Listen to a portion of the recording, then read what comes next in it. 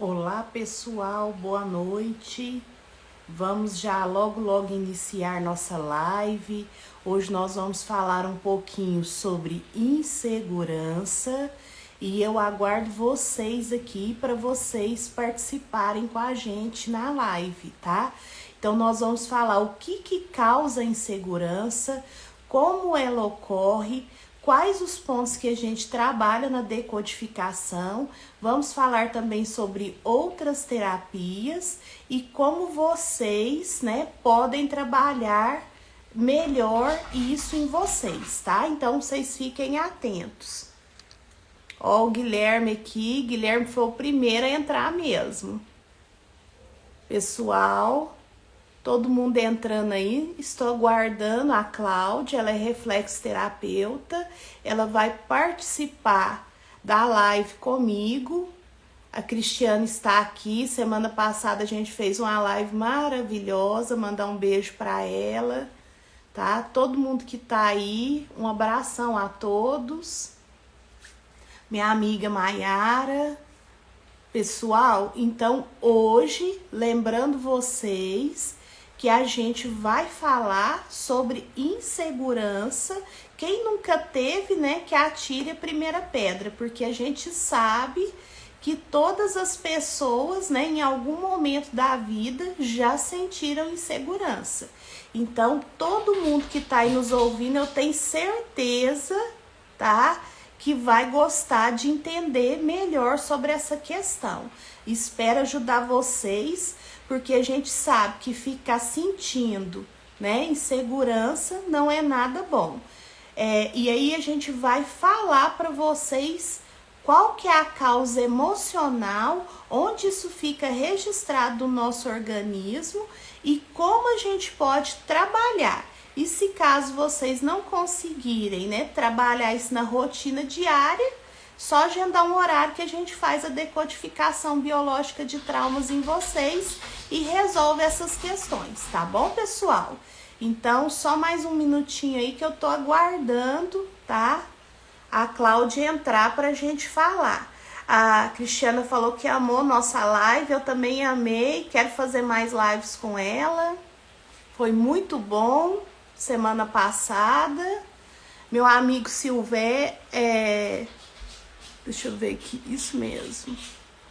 Meu amigo lá do sul, Hilário, o Hilário tá aqui.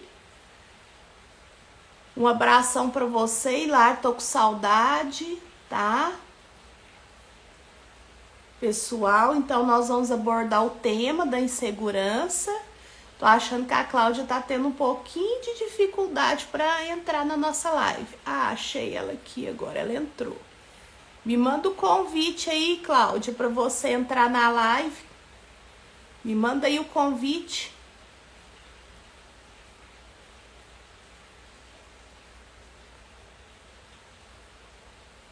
Aqui, deu certo. Aí a Cláudia tá aqui, ela tá entrando, já aceitei ela. Oi, Cláudia, boa noite. Oi, boa noite a todos. Eu não tô te ouvindo, deixa eu ver o que tá acontecendo aqui. Fala novamente, vocês estão me ouvindo normal? Boa noite, tá ouvindo? Boa noite. Ih, Carol, no botãozinho. Tá me ouvindo? Tá no ar. Vou ter que usar o microfone. Janine?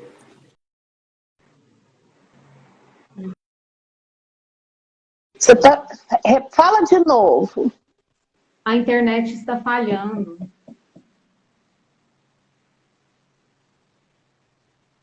Não estou te ouvindo. Agora tá me ouvindo? Ah, agora sim. Tá me ouvindo? Isso. Então, pessoal, tô te ouvindo. Então, pessoal, boa noite. Vou deixar a Cláudia se apresentar para vocês, tá? Ela vai falar um pouquinho sobre o trabalho dela, quem é ela. Boa noite, pessoal. Para quem não me conhece, sou a Cláudia Ribeiro. Sou podóloga há mais de 10 anos. e atuando como terapeuta também há 3 anos, trabalhando na parte de reflexologia e também reflexoterapia. A reflexologia, a gente trabalha mais as dores físicas, ansiedades, né? E a reflexoterapia, eu trabalho mais com as dores emocionais, que causa raiva, ansiedade, né? O estresse do dia a dia.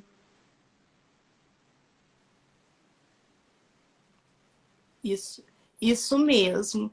E, pessoal, é um atendimento assim que ajuda muito, viu? Quem quiser conhecer, conta um pouquinho de seu endereço aí pro pessoal, Cláudia. Eu estou aqui no bairro São Jorge, na Avenida Toledo, na Rua da Uai São Jorge. Aqui é fácil de achar, porque minha clínica fica bem para baixo um pouco da Uai São Jorge. E eu tenho atuado nesse endereço há quase 20 anos. Só que no começo eu Isso. comecei com um salão de beleza, né? E quando eu me formei para podologia, através da podologia, eu conheci a auriculoterapia e a reflexologia e me apaixonei por essa parte de terapia holística. Foi aonde eu busquei mais conhecimento. Aí eu descobri a iridologia, também trabalho, né, com a iridologia.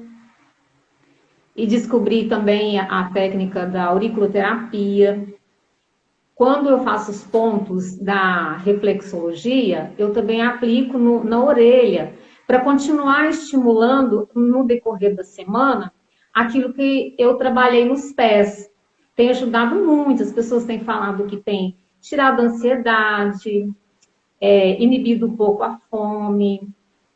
Trabalho também a vontade de comer o doce, porque às vezes a pessoa está muito aguçada, né, pelo doce, e tem ajudado muito essas terapias. Também trabalho com florais, com aromaterapia. Aromaterapia também tem ajudado bastante. Tem muitos casos aqui de gente chegar até mesmo desequilibrada na hora das sessões de podologia, e eu tentar acalmar, reverter, tentar não, fazer, né, os protocolos, e a pessoa sai daqui super diferente, super diferente. Até teve um caso que, assim, eu fiquei muito feliz por essa pessoa. Ela chegou na clínica e se desmanchou na maca. E a clínica estava cheia de gente, tinha muita gente na recepção esperando para ser atendida, outros indo embora, tinha uns 2 pacientes, né, com acompanhante, o paciente indo embora. E ela chegou, estava no momento de atender ela, e começou a chorar na maca. Eu olhei para ela e falei assim, acalma um pouquinho, que eu vou acabar de atender as outras pessoas e já te atendo, e a gente vai conversar. E nisso, eu deixei ela chorar, ela chorou, ela desabafou, ela foi a última paciente que eu atendi esse dia. E depois ela veio me contar, essa semana, Cláudia, eu tentei suicídio, eu estava dirigindo a minha moto e perdi a cabeça e toquei a moto debaixo do ônibus, a moto acabou e eu só machuquei. E ela chegou com bastante calosidade nos pés, unha encravada. E eu percebi que aquilo tudo era emocional, até mesmo as calosidades, quando tem muita calosidade nos pés, que ela se desenvolve demais, ou pode ser desequilíbrio de cálcio, né? Ou pode ser por emocional também. Então eu percebi que aquilo ali tudo era emocional. E naquele momento eu cuidei dela. Foi o momento dela. Tratei as calosidades, tratei a unha encravada e fiz uma reflexoterapia nela, aplicando protocolo para tirar a ansiedade, acalmar, né? E também fiz a auriculoterapia e aromaterapia. Fiz uma sinergia para ela, né, com a aromaterapia, e ela foi para casa e passei umas suplementações, umas coisas. E ela estava bem gordinha mesmo. Acho que ela estava com 140 quilos. E nisso ela falou para mim que não conseguia perder peso. Com o passar de uns 3 meses, ela voltou na clínica, muito sorridente, me abraçando, me agradecendo, mais magra. Ela falou, Cláudia, aquele dia você foi usada por Deus, você foi um anjo. Eu falei, simplesmente eu fiz o que a gente já sabe, né? Que é um dom de Deus, né, Janine? Que Deus nos deu esse dom. Isso. E eu fiquei E muito como gratificante com é aquilo. realizador. É muito bom É pra muito. gente, muito bom mesmo. Fora outros casos, assim, que a gente esquece, né? E assim, vai lembrando aos poucos. Isso mesmo. Cláudio, vamos falar um pouquinho para o pessoal sobre como a gente desenvolve o sentimento da insegurança e como a gente registra isso. Eu vou falar um pouquinho, depois você conta a sua experiência, tá bom? Tá bom. Então, pessoal, como que a gente registra o sentimento da insegurança? A insegurança, ela é registrada a partir de algum evento que acontece na vida da gente.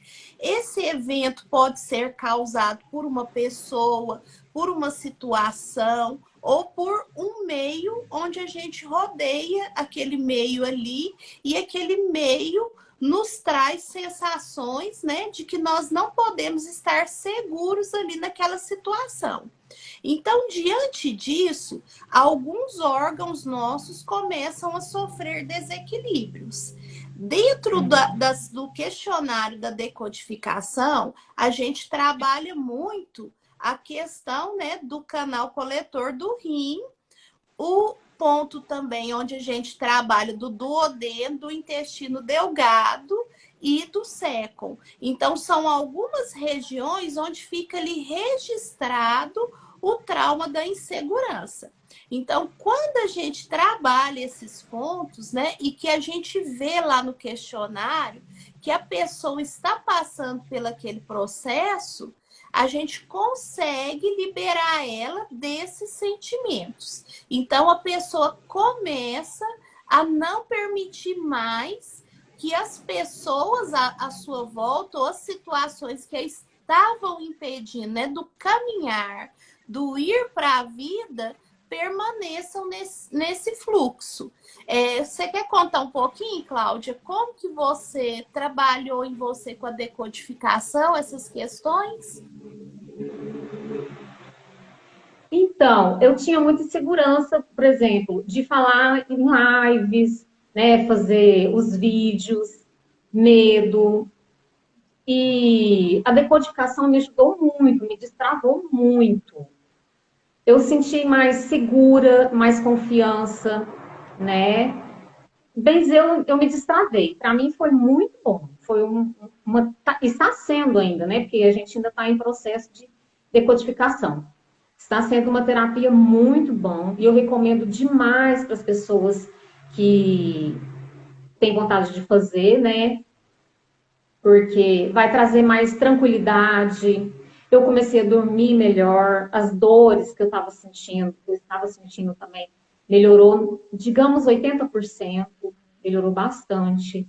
Então, e muitas pessoas têm percebido a minha diferença, porque eu faço aula de teclado na segunda-feira no conservatório. E às vezes até mesmo para desenvolver, tocar as músicas, eu me senti muito insegura com aquilo.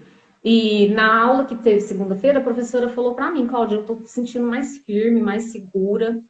Hoje eu estou vendo que você tem mudado. Ela sentiu essa segurança, né? Essa mudança, né? E eu fiquei muito feliz. Estou me sentindo muito feliz pelas pessoas verem, sabe? A diferença em mim. Tem me ajudado E bastante. E isso é muito importante. E o que eu quero, pessoal, que vocês, né, que estão nos assistindo, compreendam é que a insegurança, ela nos inibe do processo da gente ir para frente, né, do ir É para a verdade. vida, do nosso caminhar. Então, quando eu sinto esse bloqueio aqui ao fazer esse passo na minha vida, é aonde a insegurança entra e ela fica registrada. Então, ela ficando registrada, ela se torna um trauma. Então, o que nós temos que trabalhar ali na pessoa é como ela se permite, né, esse fluir, esse ir para frente com segurança. Períodos, episódios rápidos de insegurança são comuns. O que a gente não pode é se manter nesse processo, porque isso vai fazendo com que a pessoa, sem perceber, ela vá se isolando, ela vá se bloqueando e se fechando para novas perspectivas e novas expectativas que ela pode ter diante da vida. Então, por isso que é importante a gente já logo trabalhar essa questão da insegurança para que a gente possa permanecer nesse nosso fluir da vida. É ou não é, Cláudia? Conta um pouquinho da sua experiência com a reflexoterapia também, como que é essa questão? Tem muitas pessoas que a gente vê que é insegura, que tem medo também, né? Que desenvolve muito problema de infecção urinária. Porque o medo, a toxicação, né? A palavra fugiu aqui. A intoxicação que eu quero falar, né? Causa infecção na bexiga, na urina. Isso vai se espalhando, né? Igual você falou, que é junto com o intestino. Então, engloba aquilo ali tudo. Como eu trabalho? Isso. Faço o protocolo, né? De reflexologia, usando a técnica da medicina tradicional chinesa, e passos florais e a auriculoterapia mais a aromaterapia. Tem ajudado bastante. Tem melhorado, Isso. né? Deixa eu Essa só questão. pegar um gancho naquela questão. Lembra que você falou da calosidade no seu cliente? O que Sim. acontece? Essa calosidade, como que ela se forma? Lá na parte renal, né, onde faz essa filtração, o cálcio, ele é somatizado maior, em maior quantidade lá, e às vezes o corpo ele não consegue processar devido a essa insegurança. Por quê? O pH sanguíneo da pessoa se torna mais ácido ali no meio. Então, é onde, além da pessoa ter questões, né, com a parte urinária, ela também pode ter essas questões com a parte de calosidade nos pés. Então, nada mais, nada menos que o pé está mostrando aquela calosidade ali devido a pessoa estar sustentando essa situação por mais tempo e o corpo não estar conseguindo processar isso ali. E ela cria como se fosse uma capa protetora, né? Porque, na verdade, ela quer esconder aquele medo dela. Na verdade, ela quer encobrir, porque às vezes a pessoa até quer sair daquilo ali, mas ela não tem uma preparação emocional para sair daquilo ali. Ela não sabe como, qual é o caminho, né? Por isso que eu gosto muito da terapia holística. Por quê? Porque a gente conversa, a gente vai tentando, a gente vai auxiliando aquela pessoa a sair daquela capa protetora que ela mesma formou para ela sem ela perceber. E a decodificação, ela é muito boa, a técnica dela é muito boa para que a pessoa venha tirar esse desbloqueio, venha desbloquear, né? Tirar esse bloqueio, né? E aí a pessoa anda, caminha, vai para frente, porque às vezes ela fica com medo de caminhar. Tem várias doenças que acontecem no pés, né? A questão da psoríase. Tem muitas pessoas que têm, às vezes, a psoríase também, que é, no caso, uma insegurança também, né? Atacado pelos os pulmões, né? E assim por diante, né?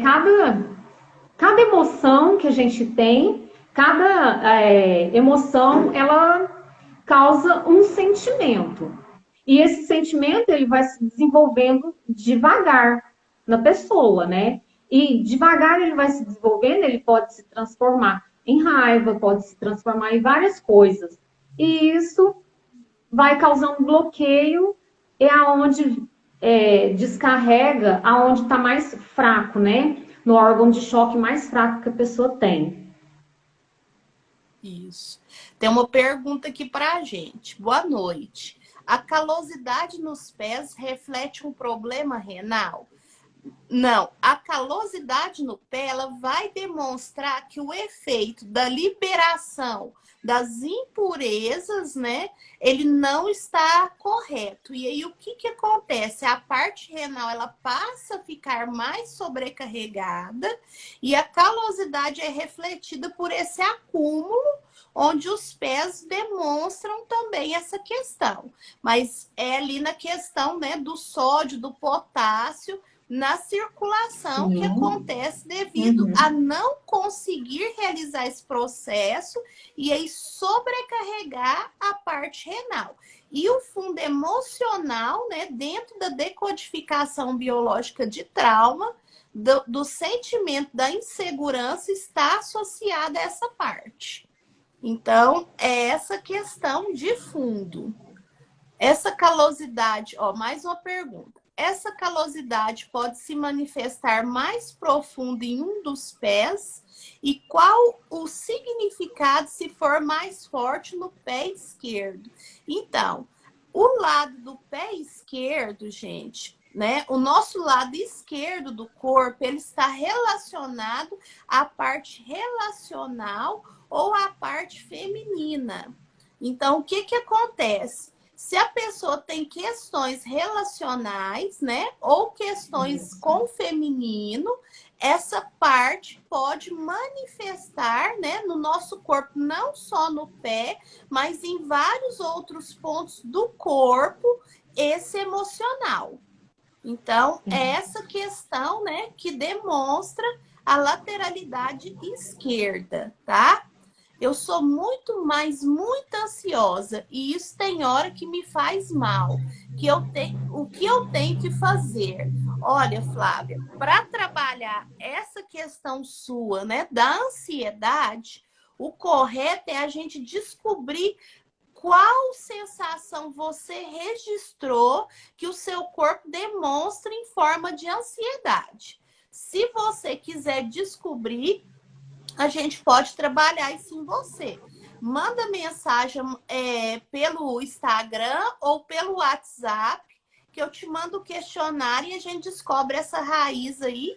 E se você quiser tratar, a gente consegue te melhorar bastante essa ansiedade sua. Você vai ter um excelente resultado, tá bom? Mas a raiz pode ser vários fatores. Então, a pessoa ela é única. Cada pessoa registra uma sensação. Então, a gente tem que descobrir a que você, em especial, registrou, tá? Isso mesmo.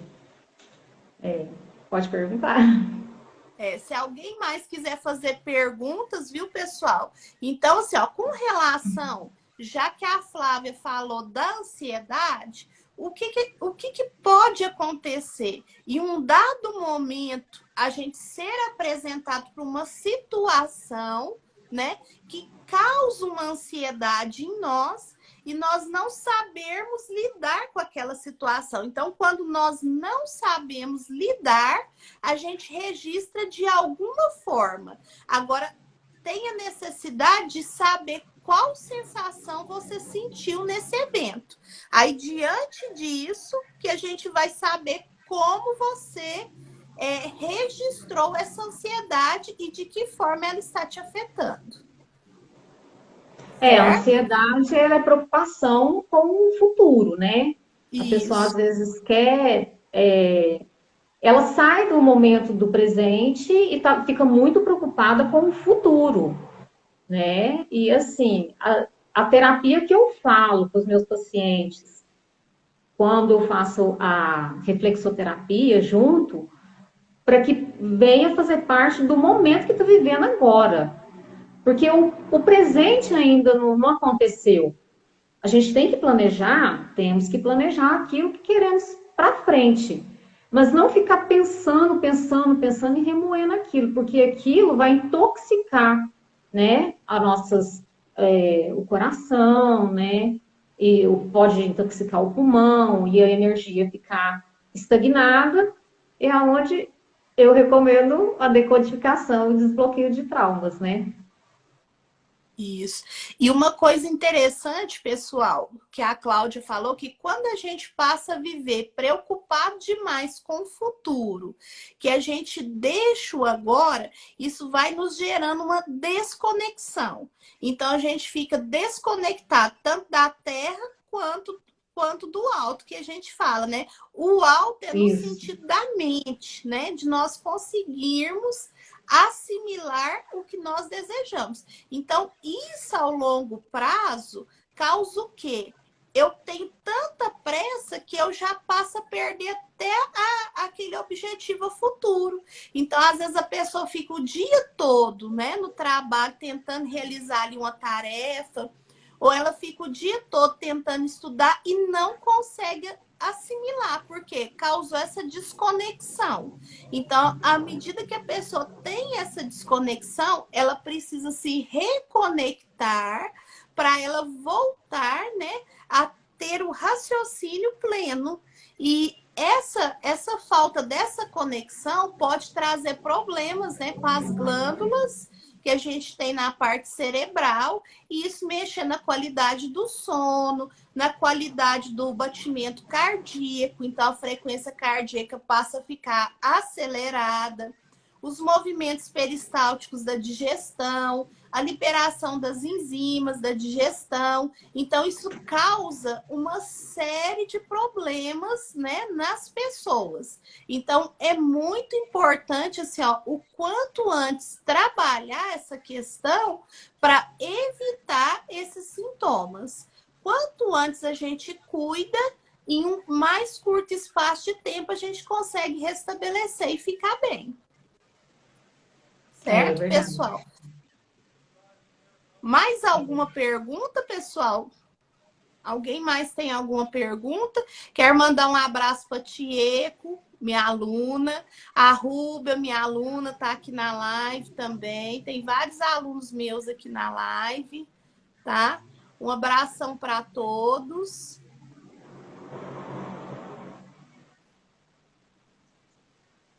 Cláudia, conta um pouquinho para o pessoal como que é a sua rotina, né? Como que é a sua rotina de cuidados com você e conta um pouquinho para eles da sua história também.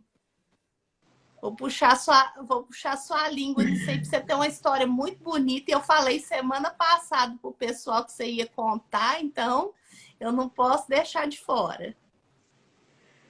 Então, sempre eu fui muito ansiosa. Antigamente eu era muito ansiosa, né? Ainda sou um pouco, mas graças a Deus já melhorei bastante. Eu perdi meu pai com 10 anos de idade e isso para mim foi um trauma muito grande, porque ele morreu acidentado, né? Ele saiu para trabalhar e a gente já recebeu notícia, minha família recebeu notícia que ele tinha sofrido um acidente no trabalho e não tinha resistido. E meu pai era um bom pai, apesar que minha mãe sofreu um pouquinho com ele, como esposa, mas como pai eu não tenho o que reclamar. E eu vivi esse velório há muito tempo, né? Velei meu pai muitos anos, porque eu não aceitava a morte do meu pai. Não aceitava, mesmo depois de casada. De vez em quando eu me pegava nos cantos chorando. E depois eu venci essa etapa, consegui vencer. Casei, o primeiro casamento não deu certo, tive um filho, inclusive ele tá aí, né, o Júlio César, meu filho. E separei com 20 anos. E depois eu casei outra vez e tive a Caroline. Hoje ela tá com 19 e tive a Camille. A Caroline, o Júlio César, mas a Caroline eu tive uma gravidez boa. Apesar que com 15 anos, eu fiquei 3 meses internada na medicina, no hospital de clínicas, eles fizeram vários exames, eu tinha febre, vômito, dor no corpo, e eles não sabiam o que eu tinha, porque naquela época não tinha como fazer diagnóstico de lúpus, né? Tinha que colhia os exames, ia para Belo Horizonte, ficava 6 meses lá e voltava para Uberlândia e tinha certeza se era ou não. Aí eu melhorei, recebi alta, vim para casa e eles arquivaram meu processo e falou, qualquer coisa você volta. Quando eu voltei na medicina que eu tinha consulta marcada, foi a época quando eles colocaram tudo em computador e tirou os diagnósticos de papel. E aí, um prontuário, né? E eles perderam meu prontuário lá na medicina. Eles não acharam mais. Então, o exame veio, mas eles não sabiam o que era. E eu fui levando a vida normal, né? Aí eu tive minhas filhas, tive a Carol, foi uma gravidez boa, do Júlio também tive. Da Camille, a terceira gravidez, foi uma gravidez boa. Dela eu não tive nem jogo, dos outros dois eu tive jogo, mas dela não. Só que eu comecei a sentir muitas dores nos braços. E naquela época, eu comecei a imaginar que fosse porque eu mexia com fazer bastante escova. Eu pensava que era por fazer escova, né?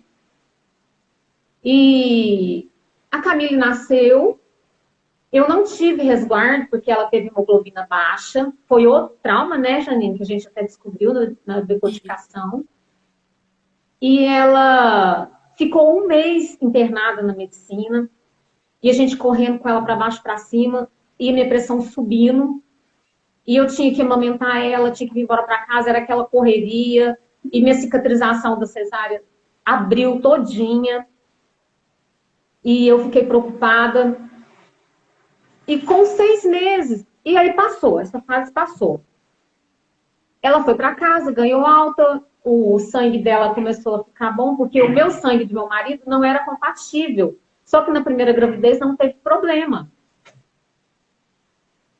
E aí ela começou a se desenvolver, foi bem e tudo. Quando a Camille inteirou 6 meses de idade, eu comecei a inchar as mãos, comecei a inchar os pés. Não dava conta nem de andar. A Carolina estava com 4 anos. Se eu ia tomar banho, ela começava a me ajudar a dar banho, porque o pai dela trabalhava. Ele ficava em casa em alguns horários, ele trabalhava, acho que na época ele estava trabalhando à noite, não me lembro. E aí eu comecei a afastar dos meus clientes. A minha irmã trabalhava comigo, veio trabalhar comigo, começou a tomar conta de salão. E eu não sabia o que eu tinha. Chegava no médico, eles não sabiam, ninguém sabia nada.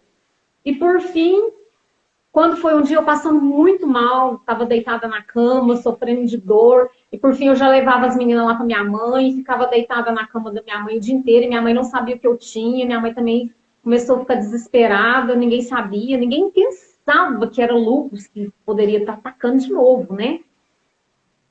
E nisso eu lembro de um dia que a gente foi para Uai,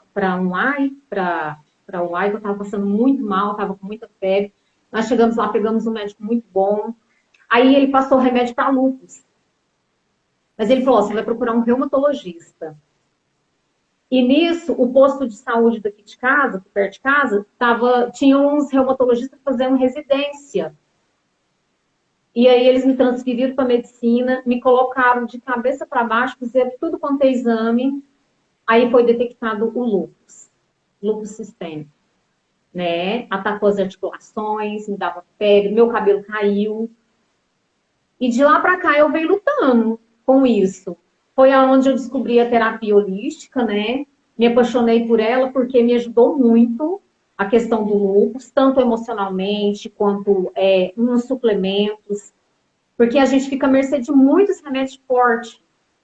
E eu não queria ficar tomando aquilo, porque eu sei que causa outro remédio alopático, causa outros danos ao nosso organismo.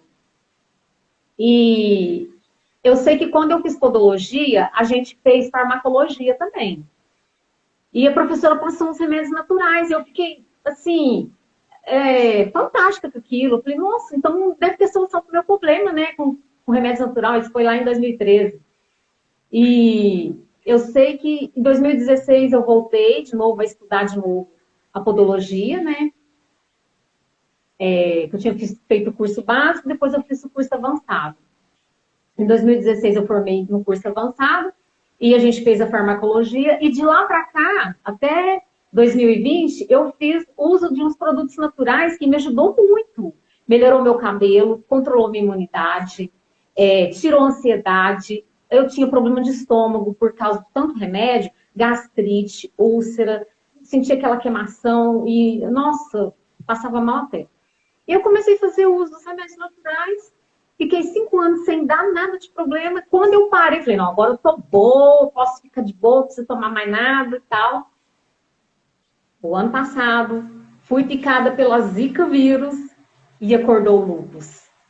Aí depois, em janeiro do ano passado, o ano retrasado, né? Foi o ano retrasado, em abril, fui picada pela Zika vírus. Em janeiro do ano passado, eu peguei Covid e comecei da trombose nas pernas. Aí que começou de novo. Meu cabelo caiu que eu fiquei carequinha.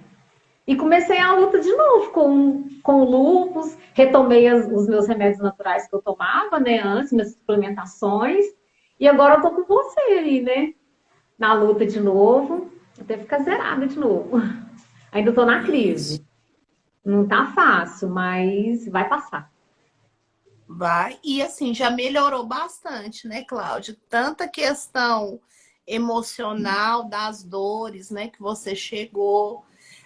A gente Uhum. entendeu quais que eram as datas, né, que o seu corpo memorizou o emocional, qual que era a parte emocional que estava registrado na sua memória muscular. E dentro disso a gente vem traçando esse processo onde você tem tido essa boa melhora, né? Isso deixa, assim, muito feliz com o resultado.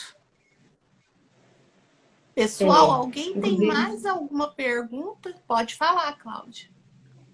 é que eu estou fazendo os vídeos, né, da minha trajetória. Lá eu conto um pouquinho com mais detalhes.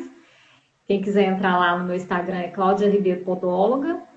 Me segue lá para acompanhar, né, a minha trajetória, como eu venci, como eu estou vencendo, porque tem muita gente que tem se identificado comigo, tem gente que me chamou no particular, e aí, que dia que você vai soltar o vídeo, né? Me identificou com a fulana, compartilhei com a ciclana, e isso me traz, assim, muita alegria, né, em saber que a minha história está ajudando o próximo a vencer aquilo que eu venci, né?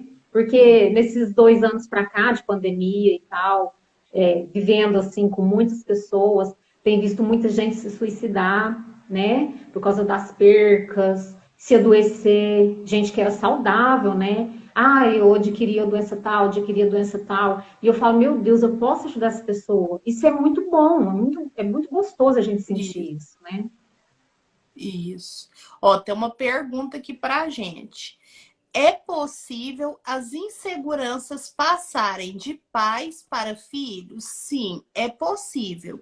Como que isso acontece, né? A insegurança, como ela passa a gente chama de transgeracionalidade, que é passar aquela memória. Ela pode tanto passar, né, dos pais para os filhos, quanto vir também de outra origem mais ainda atrás, como os avós, né? Então, o que que acontece que faz essa insegurança ser passada?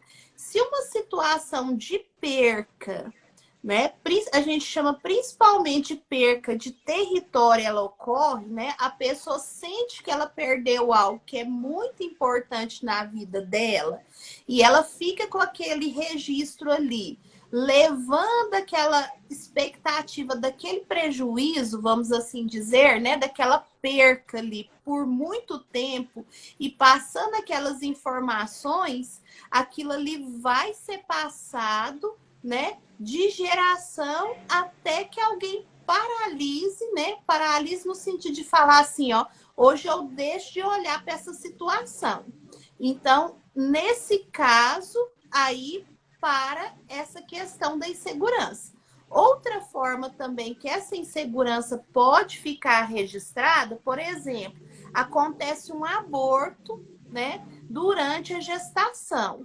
E aí o que que acontece? A mãe, ela se prepara para ter outra criança, mas isso é lógico que ela vai ter os seus anseios, as suas inseguranças pela outra perca que ela teve antes.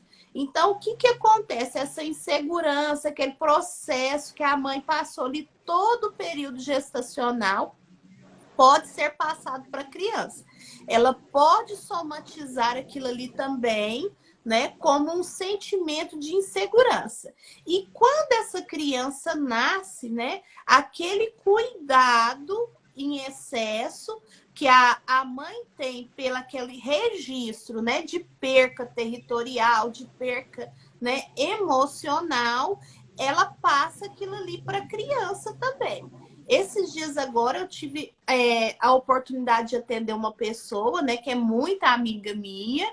Ela teve uma perca, a gente trabalhou, né? E hoje ela tem uma menininha. Então, assim, para ela, o que, que aconteceu? Ela teve um episódio, né, de Covid no 8º mês da gestação. Então, quando ela contaminou com o Covid, a insegurança ficou muito latente nela naquele período, porque já estava ali na reta final do período gestacional. Então, quando ela viu que aquela criança nasceu, né, que ela pegou aquela criança ali, ela registrou, né? Tenho que vigiar o tempo todo. Eu estou insegura. Se ela der um soluço, se ela der uma gorfada, se ela virar. E aí ela passou a ficar olhando aquela criança ali 24 horas. Ela não estava conseguindo dormir, não estava conseguindo sair de perto da criança um segundo. Tinha dias que ela relatou dificuldade para tomar banho, dificuldade até para ir ao banheiro por não querer deixar a criança ali. Então, isso é um registro, né, da insegurança por conta lá do aborto que ela teve. Mas aí a gente fez, né? Fez o tratamento da decodificação e ela já saiu de lá bem melhor. Tanto o marido dela me mandou mensagem agradecendo, como ela, que tá outra coisa a vida dela depois que ela trabalhou essa questão. Então, essas são as duas formas, né, mais prováveis desse registro, né, que passa na transgeracionalidade, né, que vem de outra geração para geração mais recente. Então, é normal acontecer sim, tanto o registro de ansiedade, de insegurança, quanto de muitos outros. A pergunta aqui dela: em uma gestação boa, um recém-nascido pode vir com sintomas de insegurança? Olha, se a gestação foi boa, né? Se ela foi boa, essas chances são muito pequenas, né? Não são muito prováveis. O que pode acontecer, né? Da criança ter esses sintomas de insegurança. Vamos supor, a gestação foi perfeita, foi tudo bonitinho, mas aí a mãe pega esse neném e protege demais, né? Ninguém pode pegar, ninguém pode dar um beijinho nesse neném, ninguém pode fazer nada com esse neném. Então, a criança ela vai ficar insegura, porque ela está abraçada, acolhida demais o tempo todo. Então, o emocional da mãe vai interferir na criança e a criança passa a ser uma criança mais insegura. Quantas pessoas a gente vê aí que são adultos hoje inseguros, né? Devido a essa relação, dessa dependência emocional muito grande. É um carinho tão extremo, é um carinho tão grande, né? Não estou falando mal das mães nem nada, não. Mas é um carinho tão grande que às vezes a pessoa registra aquilo ali como não poder, né? Não dar aquele passo que eu expliquei para vocês na live, de ir para frente na vida, do seguir para a vida. Então, isso aí vai gerando essas inseguranças. Tanto de uma forma crítica, quanto de uma forma carinhosa demais, os dois extremos podem gerar essa questão da insegurança. Certo, pessoal? Aquela questão de quando o pai, né, sai com o menino, que a mãe fica lá descabelando, que ele deixa o menino às vezes cair e chegar tudo esfolado, é a necessidade do aprendizado, né? Vai para a vida, vai andar, não caiu, balança, né, limpa e tá tudo certo. Então, isso tira essa insegurança. Então, é uma função, certo? Ela está perguntando aqui, como funciona a decodificação? Então, a decodificação, ela funciona da seguinte maneira. Nós passamos um questionário para o cliente e temos pontos específicos no corpo, tanto na parte do corpo quanto na parte dos pés, onde a gente trabalha esses pontos, que são pontos que estão registrados ali, questões emocionais. Então, a gente, trabalhando esses pontos, a pessoa volta a fluir. Por quê? Quando eu registro uma situação, ali gera um bloqueio. Um bloqueio de quê? De sinapses neurais. As sinapses são os estímulos que o nosso corpo ele manda pelos neurônios. Então, nosso corpo todo é repleto de funções neurais. Então, a partir desse momento que esse bloqueio ocorre, o nosso organismo ele vai deixando de trabalhar de forma correta. E esse não trabalhar de forma correta inibe os mediadores químicos. Então, a gente deixa de ter, né, o que é necessário para a nossa alegria, para o nosso equilíbrio emocional, para todas as funções serem feitas de forma correta. Então, é isso que às vezes vai trazendo, né, as questões da pessoa ter a dificuldade no fluir. Se ficou alguma dúvida, pessoal, pode perguntar. Entrou mais uma aluna minha aqui, a Jusceli, lá de Ituiutaba. O pessoal está fazendo um excelente trabalho lá. Quem precisar, viu, de atendimento em Ituiutaba, só seguir a Jusceli aí, tá? Cláudia, você quer complementar um pouquinho isso aí que eu falei? Que às vezes eu pego, né? Falo demais. Me fez eu lembrar um fato do meu filho, do Júlio César. Quando ele estava com 2 anos de idade, eu morava numa casa que tinha um degrau alto. E nisso, ele ia até o degrau e eu falava para ele, não pode que você vai cair daí. Pegava ele, tirava ele de lá, punha ele perto de mim. Aí isso foi. E quando foi um dia, eu deixei ele cair. Aí ele foi e caiu de cabeça, né? Aí eu falei, agora ele vai ficar com medo, né? E não vai mais descer para ir, porque ele descia e assim que ele descia já ia para a rua. Ele tinha 2 aninhos, então lá não tinha o portão direito. E aí o que o menino aprendeu? E de fasto. Ele foi de fasto, desceu o degrau, né? Pôs as perninhas embaixo do degrau e depois ficou rindo. Eu falei, então quer dizer que você perdeu o medo, né? E ele sentiu segurança naquele momento. E muitas das vezes nós, como mãe, igual você está falando aí, agora eu vou falar a minha experiência como mãe, a nossa insegurança, o nosso medo, porque nós queremos tanto proteger os nossos filhos, que nós transmite esse medo, essa insegurança, e pode causar até bloqueio na vida das nossas crianças por proteger demais, né? E às vezes a gente tem que deixar, porque a gente sabe até que ponto nós podemos deixar os nossos filhos tomar os próprios tombos deles para que eles venham aprender a superar aquele medo e crescer um adulto sabendo enfrentar os seus próprios obstáculos da vida. Não é verdade? Eu tenho assim, eu converso muito com minhas meninas a questão dessas inseguranças, né? Isso mesmo. Ó, tem mais uma pergunta aqui, ó. Essa é a definição de bloqueio envolvendo as sinapses? Então, deixa eu explicar para entender. O bloqueio nada mais é do que uma formação, né, de cálcio na região onde o trauma aconteceu. Só que essa formação ali, ela inibe o funcionamento correto das sinapses. Por quê? Eu costumo explicar isso aí de uma forma bem simples.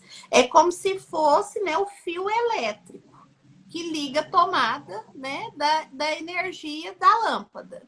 Então, se esse fio ele começa, né, a ter interrupções, a lâmpada vai falhar. Então, às vezes, a iluminação não vai ficar tão boa.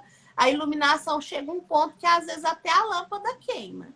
Então, é isso que vai acontecendo. Primeiro, o bloqueio ele acontece ali no nível emocional. Se aquilo ali for permanecendo, a região que está afetada, ela vai gerando, com o passar dos anos, um adoecimento físico.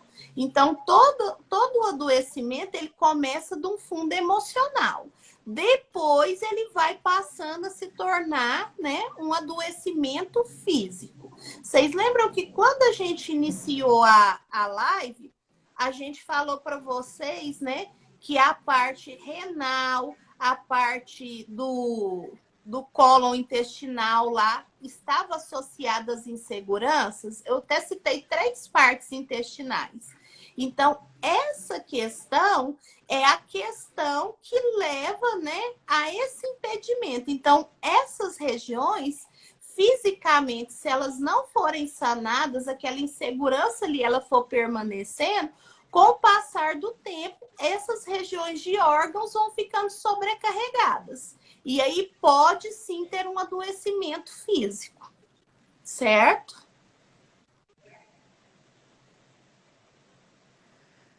Quer falar mais alguma coisa, Cláudia? Não, pode falar Não? aí. Tá tranquilo. Pessoal, então, ó, semana que vem a gente vai fazer outra live, tá? Eu ainda não convidei uma pessoa específica, quero ver quem que eu vou trazer e qual tema. Aí, ao longo da semana, eu vou falando para vocês. Mas vocês podem aguardar a Cláudia novamente, que eu pretendo chamar ela para ela contar mais, tá? Contar mais das experiências dela. Certo, pessoal?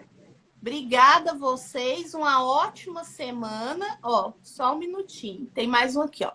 Qual o propósito da decodificação em relação aos bloqueios emocionais? O propósito é liberar esse bloqueio para que a pessoa ela possa, né, ter uma vida plena, ela alcançar a homeostase do corpo. Esse é o propósito. Então a pessoa trabalha essas questões e ela consegue desenvolver novamente a liberdade dela para ela seguir um fluxo de vida. Essa questão de o quanto isso é possível é o quanto a pessoa se permitir. Então fica aí a dica para vocês. Quanto mais eu me permito, mais eu consigo. Certo, pessoal? É verdade, quando a pessoa ela quer, né, igual a gente, eu falei que aderir o tratamento evolui e cada etapa fica bem melhor. Isso mesmo. Cláudia, passa novamente seu contato para o pessoal. Ó, só tem mais uma perguntinha para você. Cláudia, a reflexologia pode ajudar na decodificação? É para você essa, né? Pode ajudar sim. Apesar que a decodificação já vai atuar mais profundamente do que a reflexologia, né? A reflexologia a gente vai estimular os pontos das dores.